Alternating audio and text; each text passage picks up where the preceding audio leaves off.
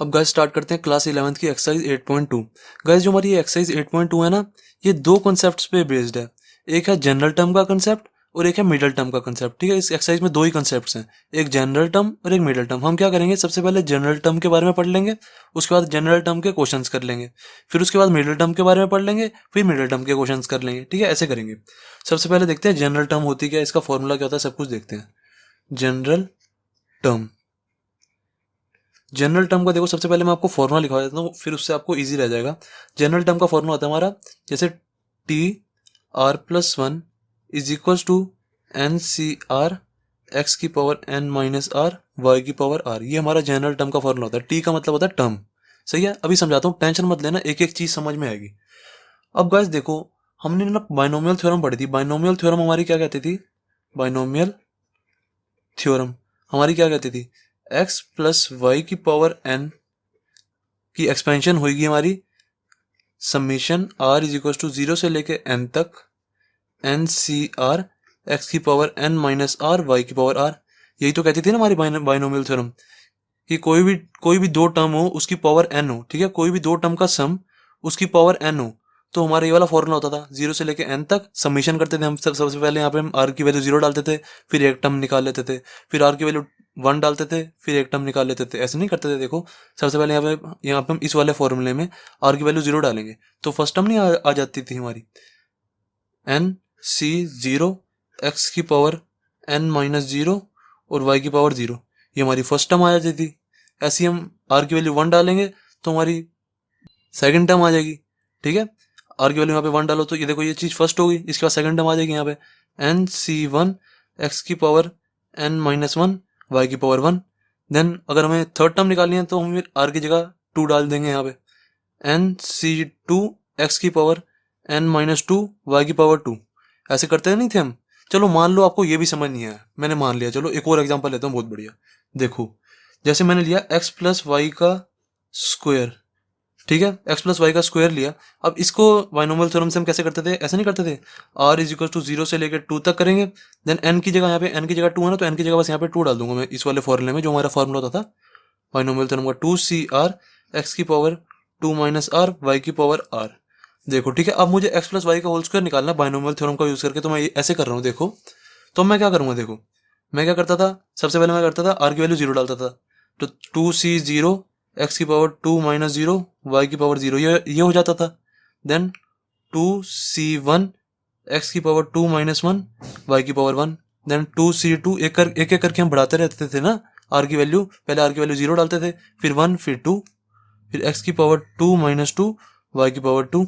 तो इससे हमारा क्या आ जाता था, 2c0 हमारा होता था nc0। मैंने आपको बताया, जितनी जिसकी भी नीचे 0 हो तो आंसर 1 ही आएगा। किसी के भी पैर में अगर 0 होता है तो आंसर हमारा 1 आता है, तो 2c0 का आंसर 1 आता था। तो x की पावर 2 माइनस 0, तो ये हमारा एक्स स्क्वायर हो जाएगा, और y की पावर 0 तो 1 ही होता है, तो एक्स स्क्वायर ही आ जाएगा। इसका जो है एक्स स्क्वायर ही आ गया हमारा। 1 तो लिखो ना लिखो एक ही बात है। देन प्लस पे आओ। अब 2c1 क्या होता था, nc1 हमारा n होता था, तो 2c1 क्या हो जाएगा, 2 एक्स की पावर 2 माइनस 1, तो ये x हो जाएगा, और y की पावर 1 y हो जाएगा। देन प्लस 2c2, ये जो मैं समझा रहा हूँ ना आपको, पूरा का पूरा जनरल टर्म का कोई कंसेप्ट बनेगा, टेंशन मत लो। कहीं आप कहोगे सर ये तो आपने पहले पढ़ाया हुआ है, यही चीज कंसेप्ट बनेगी अभी आपका जनरल टर्म का, तो टेंशन मत लो, अच्छे से समझाने के लिए समझा रहा हूँ मैं आपको ये। 2c2 एनसीएन क्या होता था हमारा, 2c2 जब भी दोनों ऊपर के और नीचे के दोनों सेम हो जाते थे ना, जब भी ऊपर और नीचे का सेम, तो आंसर 1 आता था। 1, तो एक्स की पावर 0 होगी यहाँ पे, एक्स की पावर 0 तो 1 होता है, इसको तो लिखो चाहे ना लिखो एक ही बात है। देन वाई का स्क्वायर बचा, वाई का स्क्वायर, तो आ क्या गया हमारा, इस पे इसकी जगह वाई का स्क्वायर आ गया। तो देखो, मेरा कहने का मतलब क्या है, जब मैंने आर इज इक्वल टू 0 डाला था यहाँ पे, देखो इस वाले फॉर्मूले में जब मैंने आर इज इक्वल टू 0 डाला था, तब मेरी ये देखो फर्स्ट टर्म आई है। ठीक है, जब यहाँ पे आर इज इक्वल टू जब आर इज इक्वल टू 1 डाला है तो सेकंड टर्म आई है। देखो ना, ऐसे देखो, जब मैंने आर इज इक्वल टू 0 डाला है तब मेरा क्या है, फर्स्ट टर्म आई है, फर्स्ट टर्म। सही है, जब मैंने आर इज इक्वल टू 1 डाला है यहाँ पे, तो मेरी क्या आई है, सेकंड टर्म आई है, सेकंड टर्म। अब जब मैंने यहाँ पे r is equal to 3, r is equal to 2 डाला, जब मैंने यहाँ पे आर इज इक्वल टू 2 डाला, जब मैंने यहाँ पे, तो मेरी क्या आई है, थर्ड टर्म आई है। तो मेरा कहने का मतलब क्या है, जब भी मैं फर्स्ट टर्म निकाल रहा हूँ तो आर इज इक्वल टू 0 डाल रहा हूँ, जब भी मुझे सेकंड टर्म निकालनी है तो मैं आर इज इक्वल टू 1 डाल रहा हूँ, जब मतलब मुझे सेकंड टर्म निकालनी है तो एक कम आर डालेंगे, जब थर्ड टर्म निकालनी है तो एक कम आर डालेंगे, आर इज इक्वल टू 2 डाला मैंने, समझो ना। जब जब मेरा अगर मुझे फोर्थ टर्म निकालनी होती तो आर इज इक्वल टू 3 डालता, जब फिफ्थ टर्म निकालनी होती तब मैं आर इज इक्वल टू 4 डालता, ठीक है, एक कम निकालते हैं। तो ये तो हो गया मेरा इस चीज का मतलब एक्स प्लस वाई का होल स्क्वायर का तरीका। पर असली में क्या है, मेरा तो बाइनोमियल थ्योरम का हम यूज करेंगे ना, ये तो मैंने आपको एक एज ए एग्जांपल लेके बताया एक्स प्लस वाई का होल स्क्वायर। असली में हमारे को यहाँ पे हर जगह स्क्वायर ही थोड़ा दिया होगा, कभी कभार यहाँ पे क्यूब दिया होगा, कभी कभार यहाँ पे 10 दिया होगा एन की जगह, कभी कभार एन की जगह 50 दिया होगा, कुछ भी हो सकता है। तो उसका क्या होगा, उसका ये वाला, इसका ये वाला तरीका है। जब आर इज इक्वल टू 0 होगा, जब मैं आर इज इक्वल टू 0 डालूंगा तो ये फर्स्ट टर्म होगी, सही है।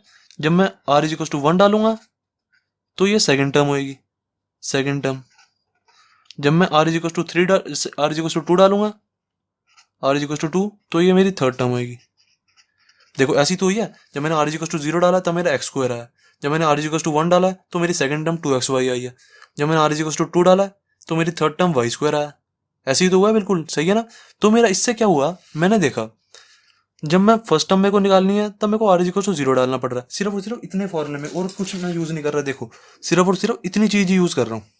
ये जो सिग्मा होता है ना, ये सबमिशन जो होता है, ये तो हमें बताने के लिए होता है कि फर्स्ट स्टेप में 0 डालो, देन प्लस का साइन लगाओ, देन सेकंड स्टेप में आर इज इक्वल टू 1 डालो, देन फिर प्लस का साइन लगाओ, देन अगले स्टेप में मतलब ये बताता है कि हमें एन तक जाना है, तभी तो मैंने यहाँ पे डॉट डॉट डॉट लगा दिया। इसका मतलब बस इतना ही होता है और कुछ मतलब नहीं होता। जब भी गैस हमें बोले, जब भी आप दिमाग से सोचो, जब भी हमें क्वेश्चन में बोलेगा कि आप फिफ्थ टर्म निकाल के दिखाओ, आपको जैसे दिया हुआ है हमने एक्स प्लस वाई की पावर 5 दिया हुआ है, जैसे उन्होंने बोला हुआ है आपकी एक्स प्लस वाई की पावर 5 है, ऐसे बोला हुआ है हमें एक्स प्लस वाई की पावर 5, और आप फिफ्थ टर्म निकाल के दिखाओ। तो एक तो तरीका ये है कि मैं एक्स प्लस वाई की पावर 5 को ऐसे पूरा खोलूं, ठीक है, बाइनोमियल थ्योरम का यूज करके सारा ऐसे बार बार खोलूं जैसे मैंने ये खोला है। एक तरीका तो ये है कि सारा मैं खोलूं, तब जाके मेरे को फिफ्थ टर्म मिल जाएगी। जैसे ये फर्स्ट टर्म है, first term, second term, third term, ऐसे कहीं पे fourth term, fifth term, six term भी आएगी। तो ऐसे खोलूं फिर जाके फिफ्थ टर्म निकाल के उनको दिखा दूं। एक तरीका तो ये है। दूसरा तरीका ये है कि ये जो मेरा फॉर्मूला है जनरल टर्म का, ये इस चीज को बहुत ईजी बना देता है। इससे क्या होगा, हमारा सीधा का सीधा इस वाले फॉर्मूले से क्या होगा, हमारी सीधा का सीधा फिफ्थ टर्म ही निकलेगी। हमारे को इतना सब एक्सपेंड करने की जरूरत ही नहीं है। अगर मुझे फिफ्थ टर्म ही निकालनी है तो मैं क्या करूंगा, इस वाले फॉर्मूला का यूज करूंगा, सीधा फिफ्थ टर्म निकालूंगा। देखो कितना शॉर्ट में आएगा। जैसे देखो मुझे एक्स प्लस वाई की पावर 5 दी है और इसका बोलिए फिफ्थ टर्म निकालो, तो मैं क्या करूंगा, एन की जगह, यहाँ पे देखो एन की वैल्यू 5 है ना, तो यहाँ पे एन की जगह 5 डाल दूंगा, 5 सी आर। एक बार के लिए अभी ऐसे के ऐसे फॉर्मूला लिखता हूँ पहले मैं आपको समझाने के लिए। T are plus 1 is equal to N C R x की power N minus R Y की पावर आर। अब देखो मुझे दिया हुआ एक्स प्लस वाई की पावर 5 निकालनी है, तो एन की वैल्यू तो मुझे 5 दी हुई है यहाँ पे, 5 सी आर। एक्स की वैल्यू देखो, एक्स की जगह मुझे क्या दिया हुआ है, एक्स की जगह यहाँ पे एक्स ही है और वाई की जगह यहाँ पे वाई है। मैं प्लस साइन के इधर वाले को एक्स लेता था ना, और प्लस साइन के इधर वाले को वाई लेता था। अगर यहाँ पे और कुछ होगा तो यहाँ पे एक्स की जगह और कुछ ले लूंगा, ठीक है ना, और वाई की जगह यहाँ पे और कुछ होगा तो यहाँ पे वाई की जगह और कुछ ले लूंगा। फॉर्मूला तो मेरा वही चलता था जैसे मैंने आपको 8.1 में कराया।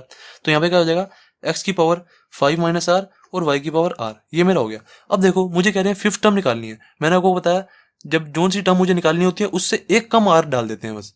जोन सी टर्म मुझे निकालनी है उससे एक कम आर, जैसे यहाँ पे फिफ्थ टर्म निकालनी है ना मुझे, तो 4 आर को 4 डाल दो बस। तो क्या आ जाएगा, देखो t 4 plus 1 is equal to 5 c 4, x की वैल्यू 5 माइनस 4, वाई की पावर 4। तो देखो ये आ जाएगा हमारा टर्म फिफ्थ आ गई ना, देखो 4 प्लस 1 5 हो गया। Term fifth is equal to कितनी आ गई, 5c4 को खोल के लिख दो, 5 फैक्टोरियल अपॉन में 4 फैक्टोरियल इंटू में 1 का फैक्टोरियल तो 1 ही हो जाएगा। देन इस 5 को खोल देंगे तो 5 इंटू में 4 फैक्टोरियल ऐसे हो जाएगा, 4 फैक्टोरियल से 4 फैक्टोरियल कट जाएगा। बाकी क्या बचेगा, एक्स की पावर 1 और वाई की पावर 4, ये बचेगा ना। तुम्हारी क्या फिफ्थ टर्म देखो क्या आई हमारी, 5x वाई की पावर 4, यही आई हमारी फिफ्थ टर्म। अब चाहे आप ना ये वाला फॉर्मूला एक्स प्लस वाई की पावर एन, ये वाला फॉर्मूला लगा के देख लो और खोल के देखो। जब आप इतना सारा बड़ा पूरी तरह खोलोगे ना तो हमारा यही आएगा फिफ्थ टर्म, ये हमारी टर्म फिफ्थ आई। ये वाला जो, इसलिए ये वाला जो मेथड है ना ये बहुत लॉन्ग हो जाएगा, सारा हमें खोल के लिखना पड़ेगा, इसलिए हम ये वाला फॉर्मूले का यूज करेंगे हर जगह। ये होता है हमारा जनरल टर्म फॉर्मूला। अब देखो ये वाला लॉन्ग कैसे हो जाएगा, जैसे मान लो हमें दिया हुआ है एक्स प्लस वाई की पावर 20 दी हुई है जैसे हमें, ठीक है, और इसमें कह रहे हैं कि आप फोर्थ टर्म निकाल के दिखाओ, फोर्थ टर्म निकाल के दिखाओ। तो हम पहले क्या करेंगे, अगर इस वाले फॉर्मूले से करोगे आप तो आपको तो टोटल 21 बार खोलना पड़ेगा, क्योंकि मैंने आपको बताया था जब जो यहाँ पे पावर होती है ना उससे एक ज्यादा टर्म आती है। जैसे एक्स प्लस वाई का होल स्क्वायर होता है, एक्स प्लस वाई का होल स्क्वायर तो हमारी कितनी टर्म आई थी, इससे एक ज्यादा टर्म नहीं आई थी, x square plus 2xy plus y square, 3 term आई थी, 1 2 3। ऐसी जैसे हमारा एक्स प्लस वाई का होल क्यूब होता है तो उसकी कितनी टर्म आती है, 4 टर्म आती है। यहाँ पे 3 है ना, तो टर्म कितनी आएंगी, एक ज़्यादा आएंगी, x cube plus 3x² plus 3xy² plus y cube, ये हमारी 4 टर्म आती है एक्स प्लस वाई को होल क्यूब के फॉर्मूले में। ऐसे ही अगर हम एक्स प्लस वाई का हमारे को 20 दिया हो, एक्स प्लस वाई की पावर 20, तो हमें पहले उसको 21 बार खोलना पड़ेगा, मतलब 21 टर्म निकलेंगे, 1 2 3 4 5 21 टर्म निकलेगी। फिर जाके हम उसमें फोर्थ टर्म बताएंगे कि जो यहाँ पे आएगी वो फोर्थ टर्म होगी। तो इतना लंबा करेंगे हम कोई पागल है? हम सीधा जनरल टर्म का फॉर्मूला लगाएंगे, हमें फोर्थ टर्म निकालनी है ना, तो एक कमा डालेंगे और सीधा आंसर निकालेंगे। इतना बड़ा क्यों करेंगे हम? ठीक है, तो ये होती है हमारी जनरल टर्म। अब देखेंगे एक्सरसाइज 8.2 के क्वेश्चंस। अब 8.2 स्टार्ट करते हैं गाइस। कह रहा है, क्वेश्चन कह रहा है फाइंड द कोफिशिएंट ऑफ। अब देखो गाइस, कोफिशिएंट कह रहा है, सबसे पहले ना कोफिशिएंट में बड़े बच्चों को प्रॉब्लम होती है। सबसे पहले मैं ना कोफिशिएंट बताता हूँ क्या होते हैं।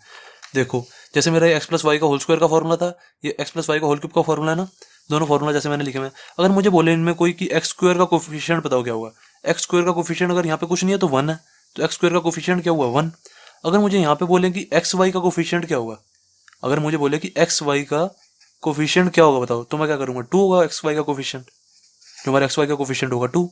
अगर कोई मुझे बोले वाई स्क्वायर का कोफिशिएंट क्या होगा, वाई स्क्वायर के आगे भी कुछ नहीं है, तो वाई स्क्वायर के आगे भी 1 ही होगा, तो वाई स्क्वायर का कोफिशिएंट क्या हुआ, 1। सही है। अगर जैसे मुझे कोई बोल दे कि वाई का कोफिशिएंट बताओ, ठीक है, अभी मैं सिर्फ इस फॉर्मूले की बात कर रहा हूँ, मुझे कोई बोल दे कि वाई का कोफिशिएंट बताओ, वाई का, तो इधर देखो वाई का कोफिशिएंट क्या होगा, 2x नहीं होगा, वाई के आगे 2x है। ऐसे देखो, जैसे इसमें समझो, जैसे मुझे कोई बोल दे कि आप इस वाले फॉर्मूले में मैं बात कर रहा हूँ, ठीक है ना, जैसे कोई मुझे बोले कि वाई स्क्वायर का कोफिशिएंट बताओ, वाई स्क्वायर का। अब देखो, इस वाले फॉर्मूले में कहीं भी वाई स्क्वायर नहीं है ना, तो वाई स्क्वायर सिर्फ यहीं पे ही है, तो वाई स्क्वायर का कोफिशिएंट क्या होगा, सिर्फ वाई स्क्वायर को छोड़ देंगे, बाकी जो भी बचा ना वो सारा उसका कोफिशिएंट होता है। तो वाई स्क्वायर का कोफिशिएंट क्या हुआ, 3x, वाई स्क्वायर का कोफिशिएंट क्या हुआ, 3x। सही है। अगर कोई मुझे बोल दे कि एक्स वाई स्क्वायर का कोफिशिएंट क्या होगा, एक्स वाई स्क्वायर का, तो एक्स वाई स्क्वायर का कोफिशिएंट क्या होगा, 3, एक्स वाई स्क्वायर का कोफिशिएंट क्या होगा, 3। सही है। अगर कोई मुझे बोल दे कि एक्स स्क्वायर का कोफिशिएंट क्या होगा, एक्स स्क्वायर का, अब देखो इस वाले फॉर्मूले में कहीं भी एक्स स्क्वायर नहीं है, सिर्फ यही एक्स स्क्वायर है, तो एक्स स्क्वायर का कोफिशिएंट क्या होगा, 3 और वाई। एक्स स्क्वायर को छोड़ के बाकी जो भी बचे ना वो उसका कोफिशिएंट हो गया, 3 और वाई। एक्स स्क्वायर का कोफिशिएंट क्या हुआ, 3 और वाई, 3 को मतलब 3 इंटू वाई। सही है, ये होते हैं हमारे कोफिशिएंट। अगर मुझे कोई बोलता है एक्स क्यूब का कोफिशिएंट, एक्स क्यूब का कोफिशिएंट 1 होगा, वाई क्यूब का कोफिशिएंट, वाई क्यूब का कोई भी कोफिशिएंट 1 हो गया। अगर कोई मुझे बोले एक्स स्क्वायर वाई का कोफिशिएंट, एक्स स्क्वायर वाई का इसका कोफिशिएंट क्या होगा, एक्स स्क्वायर वाई को छोड़ दो, बाकी जो बचा है वो उसका कोफिशिएंट हो गया। सही है, तो ये होते हैं कोफिशिएंट्स। तो आप क्वेश्चन देखते हैं। क्वेश्चन क्या कह रहा है, find the coefficient of x की पावर 5 इन एक्स प्लस 3 की पावर 8। हमें जो एक्स प्लस 3 की पावर 8 दिया हुआ, आप याद करो, अगर हम एक्स प्लस 3 की पावर 8 को बाइनोमियल थ्योरम से ओपन करें तो कहीं एक्स की पावर 5 भी तो आएगा। जैसे देखो, मेरा एक्स प्लस वाई की पावर एन का फॉर्मूला ये होता है ना बाइनोमियल थ्योरम का, जो अगर मैं देखो मैं बता रहा हूँ, अगर मैं इस क्वेश्चन को बाइनोमियल थ्योरम से करता हूँ, ठीक है, अगर मैं इस वाले क्वेश्चन को बाइनोमियल थ्योरम से करता हूँ तो कैसे करूंगा, मेरा बाइनोमियल थ्योरम का ये फॉर्मूला होता है एक्स प्लस वाई की power n r is equal to 0 से लेके n sigma then n C R x की power N minus R Y की पावर आर, ये मेरा बाइनोमियल थ्योरम का फॉर्मूला होता है। ठीक है, फिर बाइनोमियल थ्योरम में मैं क्या करता था, मैं करता था जो एक्स मेरा जिसको मेरे को एक्सपेंड करना होता था, जैसे मुझे एक्स प्लस 3 की पावर 8 को एक्सपेंड करना है, तो प्लस साइन के इधर वाले को एक्स ले लेता था, ऐसे ही तो करता था, और प्लस साइन के इधर वाले को वाई ले लेता था। तो ऐसे ही देखो, प्लस साइन के इधर वाला एक्स है तो एक्स को मैंने एक्स ही मान लिया, और प्लस साइन के इधर वाला 3 है तो 3 को मैंने वाई ले लिया, यहाँ पे वाई को मतलब 3 ले लिया, तो वाई की जगह मैंने 3 डाल दिया, यहाँ पे एन की वैल्यू 8 डाल दी। ठीक है, तो इसको मैंने अगर आर इज इक्वल टू 0 से लेकर एन तक किया, एन की वैल्यू मैंने 8 डाली, तो ये चीज आ जाएगी। देखो 8 सी आर एक्स की पावर 8 माइनस आर, एन की जगह बस मैंने 8 डाल दिया, अभी और कुछ नहीं किया, एक्स की एन की जगह 8 और वाई की जगह जो ये वाई है उसकी जगह 3 डाल दिया, एक्स की जगह तो एक्स ही है यहाँ पे। सही है, तो मेरा फॉर्मूला क्या गया, 8 सी आर एक्स की पावर 8 माइनस आर 3 की पावर आर, ये आ गया ना। अब इस चीज को मैं क्या करूंगा, एक्सपेंड कर दूंगा, जैसे मैं बाइनोमियल थ्योरम के क्वेश्चन करता था एक्सरसाइज 8.1 में, एक्स प्लस 3 की पावर 8 मेरा ये आ गया। अब इसको एक्सपेंड कैसे करेंगे, सबसे पहले आर की वैल्यू 0 डाल देंगे, फिर एक टर्म आ जाएगी, फिर आर की वैल्यू 1 डाल देंगे, फिर अगली टर्म आ जाएगी, फिर आर की वैल्यू 2 डाल देंगे, ऐसे आर की वैल्यू 3 डाल देंगे। अब जैसे देखो मैंने आर की वैल्यू 0 डाली सबसे पहले, तो मेरी ये टर्म आई, आर की वैल्यू 1 डाली, ये टर्म आई, देखो एक्स की पावर 7 3 की पावर 1 8 सी 1 ये वाली टर्म आई, देन 8 सी 2 एक्स की पावर 6 3 की पावर 2 ये टर्म आई, ऐसे ही देखो 8 सी 3 एक्स की पावर 5 3 की पावर 3 ये टर्म आई। अब ऐसे मेरे को कितनी बार करना पड़ेगा, देखो कितना लंबा हो जाएगा ना इस बाइनोमियल थ्योरम से, ऐसे मुझे और लिखना पड़ेगा। फिर मुझे यहाँ पे आर की वैल्यू 3 डाल के डालना पड़ेगा, फिर आर की वैल्यू 4 डालना पड़ेगा, फिर आर की वैल्यू 5 फिर 6 फिर 7 फिर 8, ऐसे कितना लंबा हो जाएगा ये। आंसर इससे भी आ जाएगा, बाइनोमियल थ्योरम वाले फॉर्मूले से भी आ जाएगा, पर इससे देखो कितना लंबा हुआ। देखो इससे आंसर कैसे आया, मुझे क्वेश्चन में बोल रहे हैं ना एक्स की पावर 5 का कोफिशिएंट निकालो, तो मैं क्या करूंगा, देखो एक्स की पावर 5 मेरा यहाँ पे आ गया ना, देखो एक्स की पावर 5 ये आ गया। अब इसका कोफिशिएंट क्या होगा, बस इसको छोड़ दो, बाकी जो बचता है वो सारा कोफिशिएंट हो गया। तो कोफिशिएंट ऑफ एक्स की पावर 5 क्या आ जाएगा, 8 सी 3 और 3 की पावर 3, इन दोनों को बस सॉल्व कर दो, ये हमारा कोफिशिएंट ऑफ x की पावर 5 आ गया। बाइनोमियल थ्योरम से भी हो जाएगा, पर बाइनोमियल से सम्स ना बहुत ज़्यादा लंबे हो जाते हैं, तो हम क्या करते हैं जनरल टर्म फॉर्मूला का यूज़ करेंगे यहाँ पे। जनरल टर्म फॉर्मूला, तो सबसे पहले लिखो आंसर फर्स्ट और यहाँ पे लिखो जनरल टर्म फॉर्मूला यूज़ कर रहे हैं। सबसे पहले टीचर को बता दो कि जनरल टर्म फॉर्मूला होता क्या है। जनरल टर्म फॉर्मूला होता है हमारा TR+1 is equals to NCR x की power n minus r y की पावर r, ये हमारा जनरल टर्म फॉर्मूला होता है। अब देखो x+3 की पावर 8 दिया हुआ है, मैंने आपको बताया था प्लस साइन के इधर वाला मैं x ले लेता हूँ, प्लस साइन के इधर वाला y ले लेता हूँ, तो प्लस साइन के इधर तो x ही है, तो x की जगह तो मैं x ही रखूंगा यहाँ पे, सही है। और NCR की जगह 8 है ना, तो 8CR लिख दो इसको, n की वैल्यू 8 है ना यहाँ पे, तो 8CR हो गया ये। देन x की जगह x और n की जगह यहाँ पे 8 माइनस r, ठीक है, n की जगह 8 लिख दिया और माइनस r ऐसे कर दी, n की वैल्यू 8 डाल दी ना यहाँ से। देन y की वैल्यू क्या है 3, तो 3 की पावर r हो गया ये, 3 की power r is equal to, ये मेरा फॉर्मूला बन गया। अब TR+1 ये चीज़ बन गई। अब इसमें मैं क्या करूँगा, अब इसमें देखो मैं क्या करूँगा, मुझे चाहिए x की पावर 5 का कोफिशिएंट, ये चाहिए ना x की पावर 5 का कोफिशिएंट। मैंने सोचा मेरे पास यहाँ पे x की पावर 8 माइनस r है, 8 माइनस r। अब मुझे किसी तरह यहाँ पे x की पावर 5 बनाना है इसको। मेरे पास क्या है, x की पावर 8 माइनस r है, इसको मुझे x की पावर 5 बनाना है किसी तरह, किसी भी तरह मेरा x की पावर 8 माइनस r x की पावर 5 बन गया ना, तो बाकी जो बचेगा इस साइड और इस साइड जो बचेगा वो मेरा कोफिशिएंट हो जाएगा ना।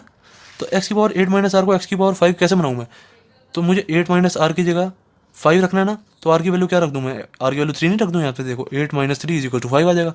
आप चाहे ऐसे डायरेक्ट रख दो, चाहे ऐसे निकाल लो, देखो r की वैल्यू यहाँ से क्या निकलेगी, 8 minus 5 is equal to r, कितनी आ जाएगी 3, r की वैल्यू 3 आ गई। देखो r को इधर ले गया मैं, 5 को इधर ले गया, तो r की वैल्यू 3 नहीं आ गई, इधर से भी r की वैल्यू 3 आ रही है। तो आपको डायरेक्ट रखना, डायरेक्ट रख दो, ऐसे निकाल के दिखाना, निकाल के दिखा दो। मैं क्या करूँगा, यहाँ पे r की वैल्यू को 3 रख दूंगा, इस वाले फॉर्मूले में r की वैल्यू को 3 रखूंगा, तो मेरा x की पावर 5 बन जाएगा ये, सही है।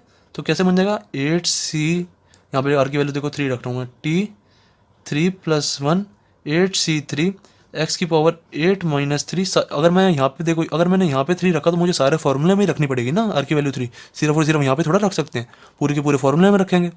देन x की पावर 8 माइनस 3 और 3 की पावर 3, r की जगह 3 डाल दिया मैंने। देन यहाँ पे देखो क्या आ गया, x की पावर 5 आ गया मेरा, और 3 की पावर 3 ऐसे कैसी, और ये 8c3 ऐसे कैसी। अब देखो x की पावर 5 का कोफिशिएंट निकाला था ना मैंने, x की पावर 5 को बस छोड़ दो, बाकी जो बचा वो सारा उसका कोफिशिएंट। तो कोफिशिएंट ऑफ x की पावर 5 क्या हो जाएगा, 8c3 और 3 की पावर 3, ये हमारा कोफिशिएंट हो गया। वैसे अब इसको सॉल्व कर दो, देखो हमारा ये भी यहाँ पे भी तो यही आया था ना, कोफिशिएंट ऑफ x की power 5 is equal to 8c3 into में 3 की पावर 3। बाइनोमियल थ्योरम से देखो मुझे कितना सारा सॉल्व करना पड़ा था, पहले फॉर्मूला लगाया, फॉर्मूले में फिर मैंने वैल्यूज पुट करी, फिर r इज इक्वल टू 0 से लेके मुझे 8 तक डालना पड़ेगा यहाँ पे सारा, फिर जाके मेरे को ये मिलेगा कोफिशिएंट ऑफ x की पावर 5, सही है। इसलिए हम जनरल टर्म फॉर्मूला का यूज़ करते हैं। जनरल टर्म फॉर्मूला बहुत ईजी बना देता है क्वेश्चन को, देखो बिना दिमाग लगाए, हल्का सा दिमाग लगाया, क्वेश्चन कर लिया हमने। 8c3 की वैल्यू यहाँ पे निकाल दो, क्या आ जाएगी, 8c3 का इस वाले फॉर्मूला से इसको सॉल्व कर दो, NCR is equal to n factorial upon में n minus r factorial into में r फैक्टोरियल, ठीक है। इस वाले फॉर्मूले से सॉल्व कर रहा हूँ मैं इसको, क्या आ जाएगा 8 फैक्टोरियल अपॉन में 5 फैक्टोरियल, ठीक है, 8 माइनस 3 5 होगा, और 3 फैक्टोरियल इंटू में 3 की पावर 3 अभी ऐसे लिख दो, तो या इसको खोल के लिख दो ऐसे 3 इंटू 3, क्योंकि मैंने इसको इसलिए लिख दिया था क्योंकि हो सकता है मेरा कट जाए ये, बाद में नहीं कटेगा तो फिर मल्टीप्लाई करना ही पड़ेगा, कर देंगे। 8 फैक्टोरियल क्या हो जाएगा, 8 फैक्टोरियल को 5 तक खोल देते हैं, 5 फैक्टोरियल तक, 8 इंटू 7 इंटू में 6 इंटू में 5 फैक्टोरियल हो गया ये, अपॉन में 5 फैक्टोरियल, इससे ये कट गया, और 3 फैक्टोरियल को भी खोल देते हैं, 3 इंटू में 2 इंटू 1 हो जाएगा, 3 2 6 होता है ना, तो 6 से ये डायरेक्ट 6 को काट दो, बाकी जो बचा वो हमारा आंसर, इंटू में 3 इंटू 3 ऐसे कैसी। अब इसको सॉल्व कर दो, 8 इंटू 7 56 इंटू में 3 3 9 3 27, तो 8 7 56 इंटू में 27, ये मेरा आंसर हो जाएगा।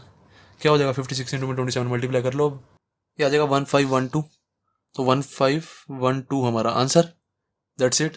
तो अब सेकंड पार्ट देखते हैं, सेकंड क्या कह रहा है हमारा आंसर 2।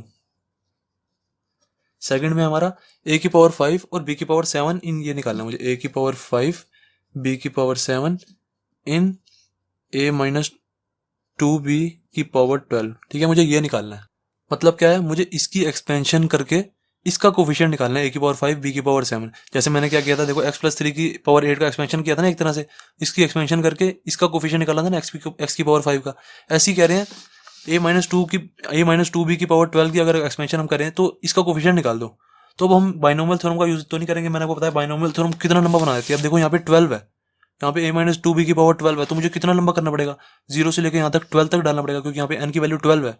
तो यहाँ पे 0 से लेकर यहाँ पे 12 तक डालना पड़ेगा, फिर 12 तक उसको खोलना पड़ेगा कितनी बार, ठीक है, तब जाके कहीं मेरा a5 b7 आएगा, फिर उसका कोफिशिएंट निकालना पड़ेगा। बाइनोमियल थ्योरम से बहुत ज्यादा लंबा हो जाता है, इसको भी हम जनरल टर्म फॉर्मूला से करेंगे। दिक्कत कहाँ आ रही है, जनरल टर्म फॉर्मूला हमारा इजी बना देता है क्वेश्चन को। देखो अब ये वाला क्वेश्चन कितना इजी हो जाएगा। जनरल टर्म फॉर्मूला लिखो सबसे पहले, क्या होता है, t are plus one is equal to N C R x की power N minus R Y की पावर आर। मैंने जनरल टर्म फॉर्मूला लिख दिया। अब जनरल टर्म फॉर्मूला में मुझे एक्स की, वाई की और आर की वैल्यू पता लगानी होती है। देखो एक्स की वैल्यू तो मेरी ये होगी, जो हमारा ये होता है ना, एक्स ये हो गया। अब देखो इसको कई बच्चे कहेंगे सर यहाँ पे माइनस लिखा है, तो इसको हम ऐसे भी लिख सकते थे, इसको हम ऐसे भी लिख सकते थे a माइनस टू। अब मैं आपको थोड़ा फास्ट चलाना सिखाऊंगा। देखो इसको हम ऐसे भी लिख सकते थे a plus minus two b की पावर 12, क्योंकि सारे बाइनोमियल थ्योरम में हम बीच में प्लस जरूर लगाते हैं, 2b की पावर 12। अब हम इसको ऐसे भी लिख सकते थे, पर मैंने क्यों नहीं लिखा, मेरे को पता है x की वैल्यू a ही आएगी और y की वैल्यू माइनस टू बी आएगी, यही आएगी। प्लस साइन के इधर वाला x होता है ना, और प्लस साइन के इधर वाला y होता है, तो मैं डायरेक्ट माइनस टू बी को y ले लेता हूँ। अब ठीक है, हम इतना लंबा क्यों करें क्वेश्चन को, जल्दी शॉर्ट में खत्म करेंगे। तो मैंने सीधा माइनस टू बी को ऐसे वाई ले लिया, ठीक है। ये चीज जो मैं पेंसिल से लिखता हूँ ना, आपको पेपर में नहीं लिखनी होती, बस आपको मन में ही करना होता है, सीधा आपको लिखना होता है। सीधा आपको क्या करना है, देखो आपको क्या करना है, एन यहाँ पे एन की जगह 12 डाला, 12 सी आर, एक्स की जगह ए डाल दिया, ठीक है, डायरेक्ट एक्स की जगह ए और वाई की जगह माइनस टू बी डाल दिया, माइनस टू बी की पावर आर, और यहाँ पे एन की जगह 12 माइनस आर। सही है। आपको ये चीज जो मैं पेंसिल से लिखता हूँ, ये पेंसिल से लिखनी नहीं होती, आपको डायरेक्ट पेपर में ऐसे करो, ये वाला फॉर्मूला लिखो, सबसे पहले ये वाला फॉर्मूला लिखो, उसके बाद आपको पता लगे ना एक्स की वैल्यू ए है, तो सीधा एक्स की वैल्यू ए लिख दो। आपको पता लगे माइनस टू बी जो है वाई की वैल्यू है, माइनस टू बी वाई की जगह लिख दो, ठीक है। और एन का तो पता लग ही जाता है पावर, तो एन की जगह पावर लिख दो बस। तो क्या आ गया फिर, t are plus one is equal to, ये आ गया। अब देखो मुझे क्या करना है, मुझे कह रहे हैं ए की पावर 5 और बी की पावर 7 का कोफिशिएंट निकाल के दिखा दो मुझे। अब मैं क्या करूंगा, या तो ए की पावर 5 को देख लो या बी की पावर 7 को देख लो। देखो दो वेरिएबल्स आ रहे हैं ना, एक वेरिएबल ए आ रहा है, एक वेरिएबल बी आ रहा है। या तो आप ए की पावर 5 बना दो इसको इस वाले फॉर्मूले में, ठीक है, या बी की पावर 7 बना दो। अगर आप ए की पावर 5 बनाओगे तो बी की पावर 7 अपने आप बन जाएगा, अगर आप बी की पावर 7 बनाओगे तो ए की पावर 5 अपने आप बन जाएगा। देखो मैं बताता हूँ कैसे। मैंने सोचा मैं इसको ए की पावर 5 बना देता हूँ। जैसे मैंने 12 माइनस आ रहा है ना, ये 12 माइनस आर को 5 कैसे बना दूंगा, ए की पावर 12 माइनस, मैं क्या करूंगा, देखो मुझे ए की पावर 5 बनाना है, तो 12 माइनस आर को 5 कैसे बनाऊंगा, आप खुद बताओ। 12 माइनस आर को ऐसे देखो, 12 माइनस आर को मैं 5 कैसे बनाऊंगा, आप खुद सोचो, मन में सोचो। मैं आर की जगह 7 डालूंगा तभी तो 5 आएगा ना, 12 में से मैं 7 माइनस कर दूंगा तभी 5 आ जाएगा मेरा। तो मैंने सोचा आर की जगह 7 डाल देता हूँ, ठीक है। तो यहाँ पे आर की जगह 7 डाल दो, 12 माइनस 7, और यहाँ पे भी 12 सी 7 हो गया, सारे आर की जगह 7 डल जाएगा, फिर माइनस टू बी की पावर 7, सही है। तो यहाँ पे क्या आ जाएगा, t 7 plus 1 is equal to क्या हो जाएगा। अब देखो मैंने आपको बताया था अगर एक पे ध्यान दो तो दूसरा अपने आप बन जाएगा। देखो यहाँ पे देखो ए की पावर, मैंने ए की पावर 5 पे ध्यान दिया ना, यहाँ पे देखो मैंने ए की पावर 5 बना दिया इसको, तो बी की पावर 7 अपने आप बन गया ना, बी की पावर 7, देख लो यही सही तो कहा था मैंने। अगर आप बी की पावर 7 पे ध्यान देते तो ए की पावर 5 अपने आप बन जाता अपने आप, मेरी गारंटी है इस बात की। 12 सी 7 ए की पावर 5। अब देखो माइनस टू बी की पावर 7 है। अब देखो बहुत अच्छी प्रैक्टिस किया होगी, आप क्या करो, जैसे देखो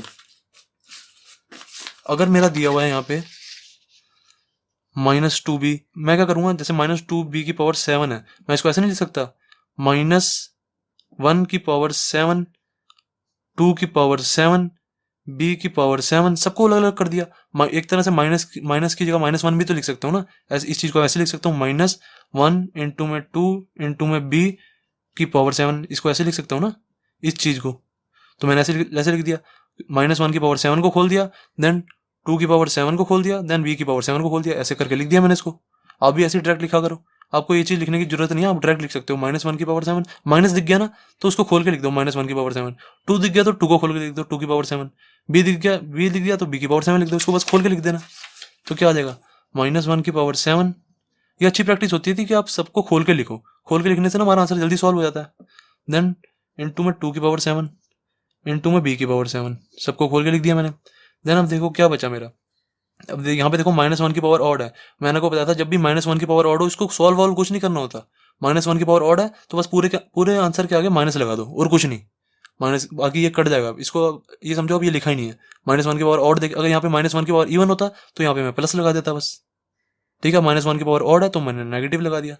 तो बाकी क्या बचा 12c7 a की पावर 5 2 की पावर 7 b की पावर 7। अब देखो मुझे a की पावर 5 और b की पावर 7 का कोफिशिएंट निकालना था। a की पावर 5 और b की पावर 7 का निकालना ना, तो a की पावर 5 और b की पावर 7 को भूल जाओ, बाकी जो बचे उनको मल्टीप्लाई करके लिख दो, सॉल्व आंसर आ जाएगा मेरा। तो कोफिशिएंट क्या आ जाएगा, कोफिशिएंट ऑफ a की पावर 5 और b की पावर 7 क्या आ जाएगा, बाकी जो बचे उसको लिख दो, बस a की पावर 5 और b की पावर 7 को हटा दो।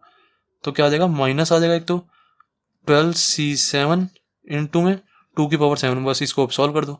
12c7 क्या हो जाएगा, 12c7 होता है 12 का फैक्टोरियल अपॉन में 12 माइनस 7 5 का फैक्टोरियल, और यहाँ पे आ जाएगा 7 का फैक्टोरियल, सही है। इंटू में 2 की पावर 7 क्या होता है, 2 की पावर 6 होता है 64, 2 की पावर 7 हो जाएगा 128।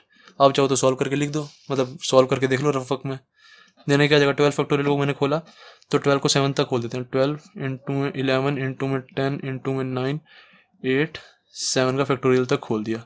देन 7 फैक्टोरियल से 7 फैक्टोरियल को कट कर दिया, बाकी जो बचा 5 फैक्टोरियल इसको भी खोल देते हैं, 5 4 3 2 1। तो देखो जो कट रहा है उसको काट दो, 5 2 ज़ा, देन ये 2 से 2 कट गया, बाकी जो बचा 4 से ये 4 2 ज़ा पे कट गया, बाकी बचा 3 3 ज़ा 9, सही है। इंटू में 128 भी चल रहा है, वो ऐसे कैसे लिख दो।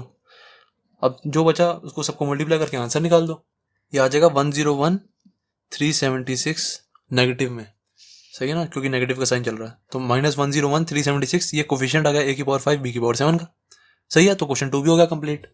अब नेक्स्ट क्वेश्चन देखते हैं, कह रहा है right the general term in the expansion of, ये थर्ड क्वेश्चन हमें ये दिया हुआ है, फोर्थ क्वेश्चन ये दिया हुआ है। थर्ड में हमें कह रहे हैं x² माइनस y की पावर 6 में अगर हम इसकी एक्सपेंशन करेंगे, ठीक है, कह रहे हैं इसका जनरल टर्म बता दो क्या होता है। अब जनरल टर्म लिखिए, इसमें तो साफ साफ हमें पता लग ही रहा है कि जनरल टर्म का फॉर्मूला यूज करेंगे, ठीक है, उससे जनरल टर्म आ जाएगी हमारी। तो जनरल टर्म का फॉर्मूला यूज करेंगे थर्ड में। तो देखो थर्ड में हमें क्या दिया हुआ है, x² माइनस y की पावर 6 दिया हुआ है। इससे देखो मैंने आपको पहले भी बताया हुआ है, इस साइड वाले को मैं हमेशा x ले लेता हूँ, ठीक है, और इस साइड वाले को हमेशा मैं y ले लेता हूँ, ठीक है। इसको मैंने x ले लिया और इसको मैंने y ले लिया, माइनस y को y ले लिया, ठीक है, पूरे माइनस y को, इसको मैंने y ले लिया। तो मैं इस वाले फॉर्मूले में क्या करूंगा, मेरा जो जनरल टर्म का फॉर्मूला है इसमें मैं x की जगह x² डाल दूंगा और y की जगह -y डाल दूंगा, ठीक है, और n की जो वैल्यू है वो तो पावर होती है, n की वैल्यू की जगह 6 डाल दूंगा, सही है। तो यहाँ पे डाल देते हैं TR+1 is equal to n की जगह क्या डालना है 6, ठीक है, 6 हो गया। ये x की जगह क्या डालना है x², x की जगह x² डाल दिया मैंने, और उसकी पावर क्या चल रही है n-r, तो इसकी पावर भी ऐसे लिखनी पड़ेगी n-r, n की जगह क्या डालना है 6-r, सही है, और y की जगह क्या डालना है -y की पावर r। ऐसे आप भी ऐसे शॉर्टकट मेथड किया करो। मैंने आपको जैसे पहले कैसे सिखाया था, मैंने आपको पहले सिखाया था, आप ऐसे किया करो कि जैसे x² माइनस y की पावर 6 लिखा है, तो मैं क्या कहता था आपको, x² माइनस y की पावर जैसे 6 लिखा है तो मैं आपको क्या कहता था, हमेशा मैं इसको प्लस में बनाऊं, क्योंकि बाइनोमियल थ्योरम हमारी प्लस में चलती है। तो क्या करता था मैं, x² प्लस ऐसे साइन लगाता था, देन -y को ऐसे लिख देता था, इसकी पावर 6, क्योंकि ये चीज़ और ये चीज़ सेम ही तो है। तो मैं क्या कहता था आपको, प्लस साइन के इधर वाला x लेते हैं और प्लस साइन के इधर वाले को y लेते हैं, हमेशा ऐसे कहता था ना। तो इधर भी देखो मैंने ऐसे तो लिया, प्लस साइन के इधर वाला x² है तो x² को मैंने x लिया, प्लस साइन के इधर वाला देखो -y है, मैंने -y को y लिया, सही है। आप ऐसे भी डायरेक्ट कर सकते हो, शॉर्टकट मेथड है ऐसे करने का। नहीं तो आप इसके बाद ये वाला स्टेप लिखना चाहो तो ये भी लिख दो, इसके बाद ये वाला स्टेप लिख दो, x² माइनस y की पावर 6 की जगह, फिर कह दो कि प्लस साइन के इधर वाला यहाँ पे x है, ये y है, फिर हमने इसको पुट किया, ये लंबा हो जाएगा। डायरेक्ट करेंगे ना, इतना लंबा क्यों करें। तो इससे अब देखो हमारी जनरल टर्म का फॉर्मूला क्या आ जाएगा, 6CR आ गया है, 6CR x² है, देखो x² की पावर 6 -r है, तो इसको मल्टीप्लाई कर दो तो क्या आ जाएगा, x 6 × 2 12 हो जाएगा ये, और ये 2 × में r क्या हो जाएगा, माइनस का 2r, सही है। और ये -y की पावर आ रहा है, मैंने आपको बताया था जब भी ऐसे कुछ हो ना -y की पावर, इसको पूरा खोल के लिख दो। ये ऐसे समझो कि ये लिखा हुआ है -1 की पावर -y की पावर r है ना, ये समझो ऐसे लिखा हुआ है -1 × में y की पावर r, तो इसको मैं ऐसे नहीं लिख सकता, -1 की पावर r और y की पावर r, ऐसे खोल के लिख सकता हूँ इसको मैं। ऐसे भी देखो मैं इसको लिख देता हूँ, -1 की पावर r और y की पावर r, इसको मैंने खोल के लिख दिया। तो ये मेरा जनरल टर्म का फॉर्मूला हो गया, बस इतना ही करना था और कुछ है नहीं इस क्वेश्चन में। अब इसके बाद चाहे जैसे पीछे से, अगर आपको पीछे से बुक से आंसर मिलाना है तो बुक वालों ने क्या किया, -1 की पावर r को पहले लिख दिया। आप चाहो तो -1 की पावर r को पहले लिख दो, बात तो एक ही है ना। चाहे पहले लिखो मल्टीप्लाई में, जैसे मल्टीप्लाई है 2 × 3 लिखो या 3 × 2 लिखो, बात तो एक ही है। तो इधर भी बात ही एक ही है, 6CR x की पावर 12 - 2r वाई की पावर आर, ये भी सेम है बिल्कुल। तो एक जनरल टर्म का फॉर्मूला हो गया हमारा, क्वेश्चन थर्ड हो गया कंप्लीट। बिल्कुल बच्चों वाले क्वेश्चन है। क्वेश्चन फोर्थ यहाँ पे लिखा हुआ है, मैं बुक में देख रहा था अपनी। देखो फोर्थ क्वेश्चन क्या है, x square minus y x की पावर 12 है और यहाँ पे दिया हुआ है x is not equal to zero. अब कई बच्चे ना इसको देख के बहुत घबरा जाते हैं, x is not equal to zero, ये क्या लिखा हुआ है। ये इसलिए लिखते हैं, ये हमें बता रहे होते हैं कि अगर आप एक्स की वैल्यू यहाँ पे जीरो डाल दोगे तो ये तो क्वेश्चन जीरो ही बन जाएगा। जैसे देखो ये हमें बता रहे हैं कि अगर मैं यहाँ पे एक्स की वैल्यू जीरो डाल देता हूँ तो एक्स की वैल्यू यहाँ पर जीरो डालूंगा तो जीरो का स्क्वायर हो जाएगा, देन माइनस वाई इंटू में जीरो की पावर 12, ये हो जाएगा ना। तो y इंटू में जीरो क्या हो जाएगा, जीरो, तो जीरो का स्क्वायर भी जीरो होता है, जीरो माइनस जीरो की पावर 12, तो ये तो जीरो ही बन जाएगा हमारा, कुछ क्वेश्चन बना नहीं। इसलिए ये कह रहे हैं कि बस y की वैल्यू यहाँ पे जीरो नहीं है, इसलिए ये बता रहे होते हैं। बस इसका कोई काम धंधा नहीं होता, बस ये आपको थोड़ा सा चेतावनी देने के लिए होता है कि यहाँ पे x की वैल्यू को कभी भी जीरो नहीं होगी। सही है, इसको भूल जाओ कि लिखा भी है।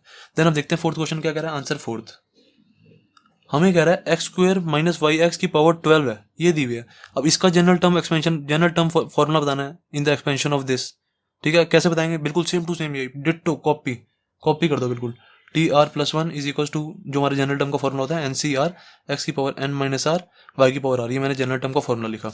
देन अब क्या आ जाएगा, t are plus one is equal to, अब देखो मेरा एन की पावर क्या है, एन की वैल्यू क्या है यहाँ पे 12 है ना। एन की वैल्यू ये मेरी जो मेरी पावर होती है वो मेरी एन की वैल्यू होती है, यहाँ पे एन की वैल्यू 12 है तो यहाँ पे एन की वैल्यू को 12 लगा दूंगा मैं। ठीक है, 12 सी आर लिख दिया मैंने। देन अब एक्स की वैल्यू क्या है, मैंने आपको बताया इस साइड वाला एक्स होता है और इस साइड वाले को पूरे वाले को मैं वाई लेता हूँ, तो माइनस को भी लेता हूँ हमेशा। ठीक है ना, माइनस साइन को भी मैंने वाई ले लिया, तो इधर एक्स की जगह एक्स स्क्वायर डाल दो, एक्स स्क्वायर, और वाई की जगह क्या डाल दो, माइनस वाई एक्स की पावर आर है। ठीक है, और यहाँ पे एक्स स्क्वायर डाला था ना मैंने, इसकी जगह एक्स की जगह यहाँ पे एक्स स्क्वायर डाला था, तो उसकी पावर एन माइनस आर भी तो है। एन क्या है हमारा 12 माइनस आर। बस अब इसको ओपन कर दो, हमारा आंसर खत्म। ओपन क्या करेंगे इसको, 12 सी आर एक्स की पावर 2 इंटू में 12 माइनस आर है तो ये हो जाएगा हमारा एक्स की पावर 24 माइनस 2 आर। सही है ना, किसी को कोई प्रॉब्लम तो नहीं आ रही। एक्स की पावर 24 माइनस 2 आर इंटू में क्या आ जाएगा, ये माइनस वाई एक्स की पावर आर है, तो इसको ओपन करके लिख दो पूरा, -1 की पावर आर और फिर y की पावर आर, देन फिर x की पावर आर, सबको ओपन करके लिख दिया मैंने। अब देखो मैंने देखा यहाँ पे भी x की पावर कुछ है, यहाँ पे भी x की पावर कुछ है, तो इन दोनों को ऐड कर लेते हैं ना, क्योंकि हमारा देखो जब भी सेम पावर होती है ऐसे ऐसे होता है हमारा 2 की पावर 3 और इंटू होता है 2 की पावर 4। जब भी हमारे बेसिस सेम होते हैं, मैंने को आपको बताया था पावर ऐड हो जाती है, हमारे बेसिस सेम है देखो, तो इसका आंसर क्या आ जाएगा, 2 की पावर 4 प्लस 3 कितना आ जाएगा, 2 की पावर 7 आंसर। वैसे ही देखो यहाँ पे बेस सेम है, एक्स और एक्स सेम है, उनकी पावर को ऐड कर देंगे, सिंप्लीफाई भी तो करना है ना हमें। देन क्या आ जाएगा 12 सी आर एक्स की पावर 24 माइनस 2 आर, और यहाँ पे आर प्लस, एक आर प्लस हो जाएगा तो प्लस का आर आ गया। ठीक है, अब इसको बोल जाओ, ये लिखा भी हुआ -1 की पावर आर वाई की पावर आर, इतना हमारा आंसर। इसको थोड़ा सा सॉल्व कर दो, 12 सी आर एक्स की power 24 minus 2 r plus r, ये माइनस आर हो जाएगा, 24 माइनस आर फिर -1 की पावर आर वाई की पावर आर, हमारा आंसर। ठीक है, -1 की पावर आर को आप पहले लिखना चाहो तो पहले भी लिख सकते हो, कोई टेंशन वाली बात नहीं, यहीं पे भी छोड़ दो। ओके, तो आंसर फोर्थ हो गया हमारा कंप्लीट। अब गाइस देखते हैं क्वेश्चन फिफ्थ हमारा क्या कह रहा है, find the fourth term in the expansion of x minus 2y की पावर 12। अब देखो इसको भी करने के दो तरीके हैं, हमें कह रहा है फोर्थ टर्म निकाल के बता दो, इस वाली जो x माइनस 2y की पावर 12 है ना, इसमें बस फोर्थ वाली टर्म निकाल के दिखा दो। देखो एक तरीका तो यह है कि आप बाइनोमियल थ्योरम फॉर्मूला से करो और पूरा का पूरा एक्सपेंड कर दो। जैसे एक तरीका तो यह है कि x माइनस 2y की पावर 12 को बाइनोमियल थ्योरम फॉर्मूला से करो, एक तरीका है कि जनरल टर्म फॉर्मूला से कर दो। देखो मैं बताता हूँ, अगर हम बाइनोमियल थ्योरम फॉर्मूला से करेंगे तो बहुत लंबा हो जाएगा। देखो अगर मैं इस वाले क्वेश्चन को बाइनोमियल थ्योरम फॉर्मूला से करता हूँ तो मेरा देखो बाइनोमियल थ्योरम फॉर्मूला ये होता है ना, x प्लस वाई की power n is equal to summation r is equal to 0 से लेकर n तक n सी आर एक्स की power n minus R Y की पावर आर, ये मेरा बाइनोमियल थ्योरम फॉर्मूला होता है। तो इसमें हम क्या करेंगे, x, ये देखो मैंने आपको बताया ये चीज़ हमारी x होती है, ये चीज़ जो -2y है ये हमारी y होगी। तो इस वाले फॉर्मूले में x की जगह ये x ही रहेगा, देन y की जगह क्या डाल दूंगा, -2y डाल दूंगा। ठीक है, y की जगह मैंने -2y डाल दिया और n की जगह 12 डाल दो, क्योंकि जो हमारी पावर होती है वो 12 वो n होती है। ठीक है, n की जगह मैंने 12 डाल दिया। ठीक है, सारे फॉर्मूले में n की जगह 12, यहाँ पे n की जगह 12, यहाँ पे n की जगह 12, n की जगह 12, x की जगह x ही रहेगा, और y की जगह -2y है तो मैंने y की जगह यहाँ पे -2y लिख दिया। ठीक है, बाकी सारा ऐसे वैसे ही। अब देखो अब क्या कर सकते हो आप एक तरीका है कर सकते हो कि पहले आर की वैल्यू 0 डालो यहाँ पे, फिर एक एक्सपेंशन बन जाएगी। ठीक है, 12 सी 0 एक्स की पावर 12 -2y की पावर 0 एक बन गया, देन 12 सी 1 डालो, फिर ऐसे यहाँ पे कुछ आएगा, देन +12 सी 2 डालो, ठीक है, फिर यहाँ पे कुछ देन प्लस 12c3 डालो। ऐसे कितनी बार डालते रहोगे यार, आपको तो ऐसे 12 तक डालना पड़ेगा, 12 तक। ऐसे तो बहुत लंबा हो जाएगा यार क्वेश्चन, आपको करके तो दिखाना ही पड़ेगा 12 तक, वरना बाइनोमियल थ्योरम पूरी मानी नहीं जाएगी।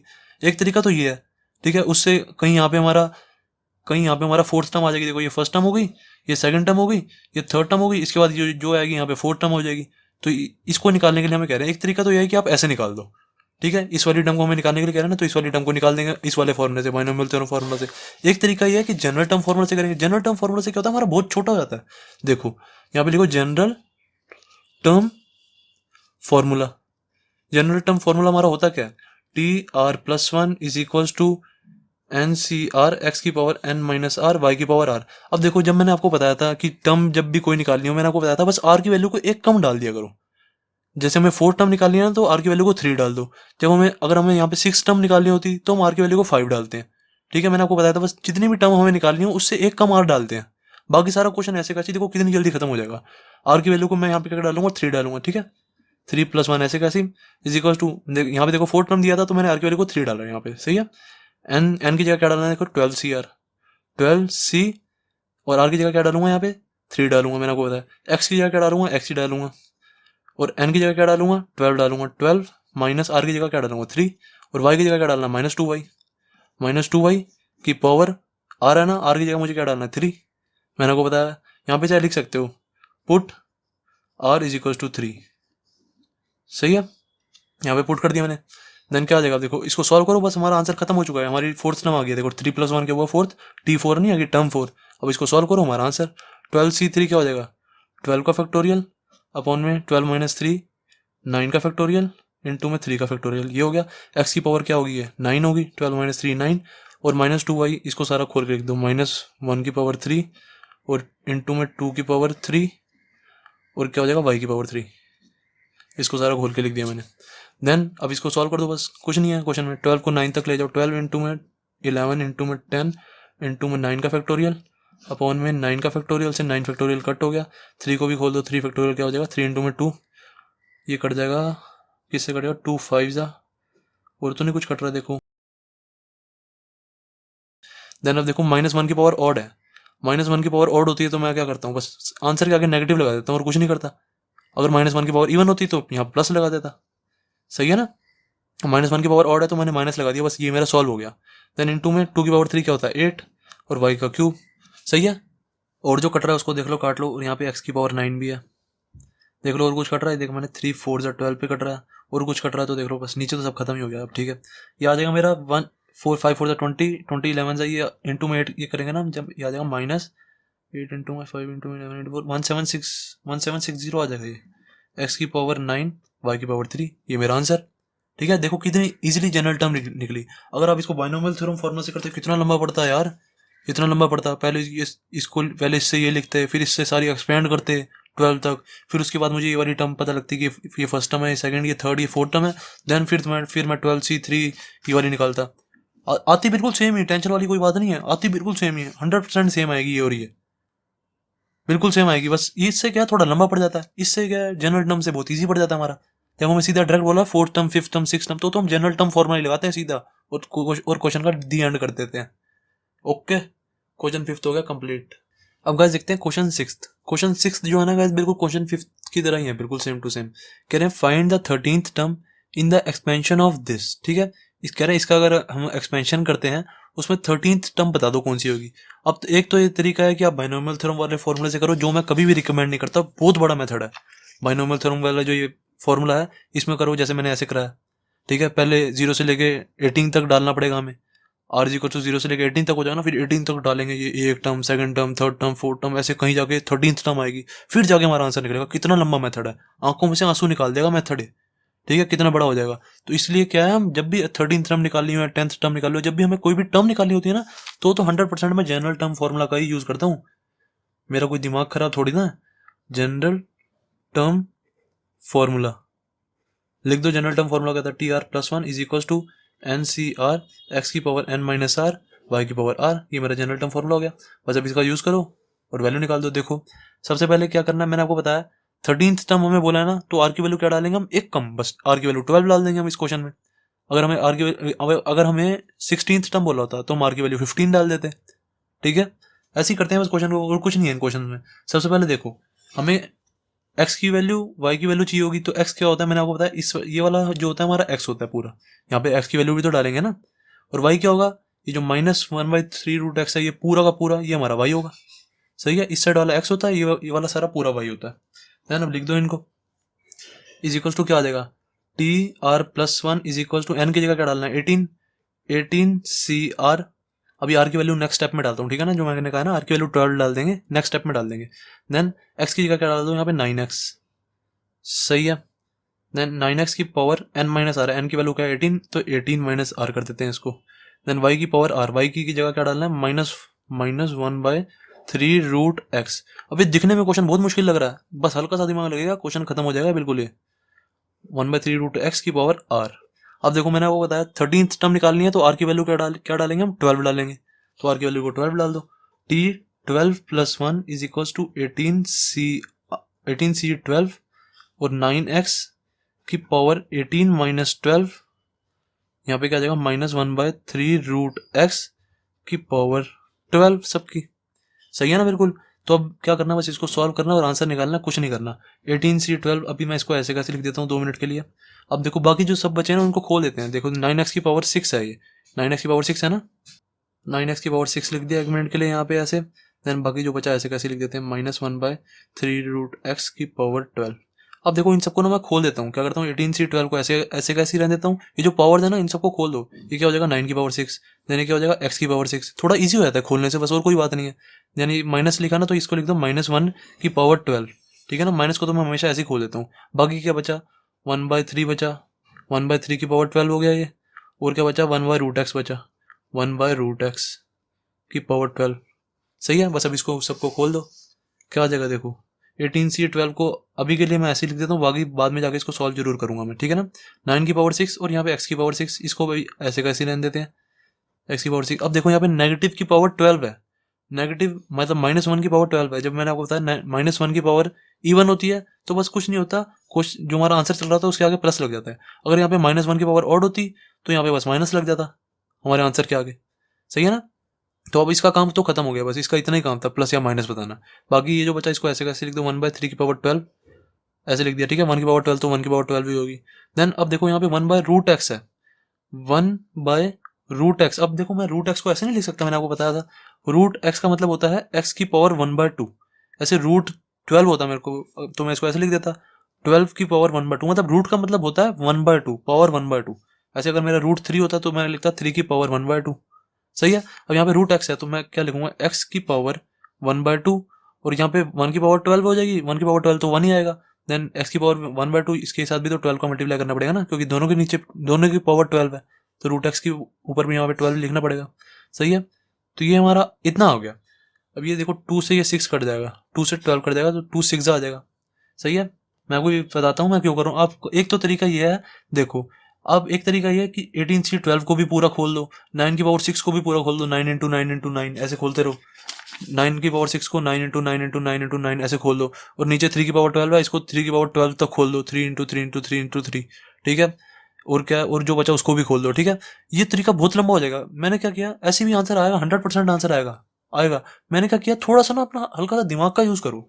मैंने सोचा यहाँ पे 9 की पावर 6 है और यहाँ पे 3 की पावर 12 है, मैंने कहा 9 की पावर 6 को मैं किसी तरह 3 की पावर 12 भी तो बना सकता हूँ ना। देखो 9 है, 9 को मैं ऐसे नहीं लिख सकता 3 का स्क्वायर, 9 को मैंने 3 का स्क्वायर लिख दिया और यहाँ पे 6 चल ही रहा है, तो देखो 3 की पावर 12 नहीं हो गया एक तरह से, ये 3 की पावर 12 हो गया। और x की पावर 6 ऐसे कैसी, इंटू में 1/3 की पावर 12 ऐसे कैसी। अब क्या करेंगे 3 की पावर 12 से 3 की पावर 12 को मैंने काट दिया, देख लो। और 18C12 ऐसे कैसी, अब 18C12 को भी ऐसा करते हैं, खोल ही देते हैं। 18 फैक्टोरियल अपॉन में 18 - 12 6 फैक्टोरियल, और यहाँ पे 12 फैक्टोरियल, सही है ना। देन और जो बचा उसको लिख जरूर दो, और क्या बचा यहाँ पे इंटू में 1/x की पावर 6 बचा। देखो अब देखो x की पावर 6 से x की पावर 6 भी खत्म हो गया। क्वेश्चन को इजी कर रहे हो। अब इसको आप इतनी बार मल्टीप्लाई करके लिखोगे, 9 की पावर 6 को 6 बार लिखोगे, 1 2 3 4 5 6 बार लिखा, 3 की पावर 12 को 12 बार लिखोगे, 3, ऐसे कितने बार बार इसको काटोगे, आंसर सबसे आ जाएगा, हर हालत में आंसर आएगा ही आएगा। पर थोड़ा सा क्या, जब भगवान ने दिमाग दिया तो उसका यूज भी तो करते हैं ना, किसी तरह क्वेश्चन को इजी सॉल्व करते हैं। तो x की पावर 6 से x की पावर 6 काट दिया, 3 की पावर 12 से 3 की पावर 12 काट दिया, बाकी ये बचा, इसका आंसर निकाल दो बस, और कुछ बचा ही नहीं है। तो क्या आ जाएगा, 18 को 12 तक खोल दो, 18 17 16 15 14 13 और 12 का फैक्टोरियल तक खोल दिया मैंने। बाकी क्या बचा, यहाँ पे 12 फैक्टोरियल बचा, 12 फैक्टोरियल से 12 फैक्टोरियल काट दिया, बाकी क्या बचा 6 फैक्टोरियल बचा, इसको भी खोल दो, 6 5 4 3 2 1, इसको भी खोल दिया।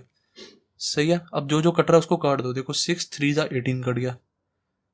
सही है, और क्या कट गया, 3 से ये मेरा 3 कट गया, और क्या बचा 5 5 से ये 3 कट, 5 से 3 चला जाएगा, 5 3 जा 15 होता है, देन 4 4 जा 16 होता है, देन 2 7 जा, या 2 7 कह लो या 2 2 जा इससे काट लो, 2 2 जा ये भी कट गया। अब सब कट गया, अब सबको मल्टीप्लाई करके लिख दो, हमारा आंसर आ जाएगा 18564 हमारा आंसर।